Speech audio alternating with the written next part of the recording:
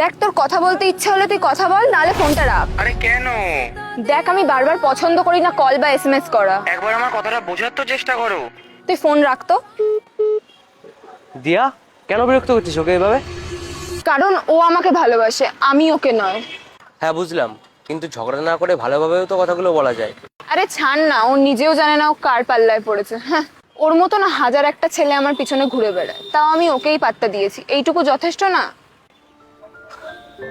দিয়া, তোকে একটা কথা বলবো, হয়তো শুনতে খারাপ লাগবে। তুই ওকে খুব সহজে পেয়ে গেছিস তো, তার জন্য তুই ওকে কোনো মূল্য দিস না।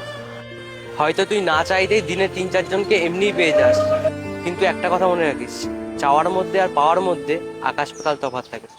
প্লিজ, তুই আর অন্তত ফালতু জ্ঞান দিস না। তুই কি করে বুঝবি? তুই তো জীবনেও প্রেম করিসনি। হ্যাঁ, ভালো তো আমিও পেয়েছি, কিন্তু তোর মতো না। যখন কেউ কাউকে খুব সহজেই পেয়ে যায় না, তখন সে তার গুরুত্ব দিতে ভুলে যায়। যেমন আমাকেই দেখ না, আমি জানি ওর অন্য কাউকে পছন্দ, তাও আমি চোখ বন্ধ করে ওকেই ভালোবাসি, বিনা স্বার্থে। আর আমার কাছে তো এটাই ভালোবাসা। इसको जो भी मिलता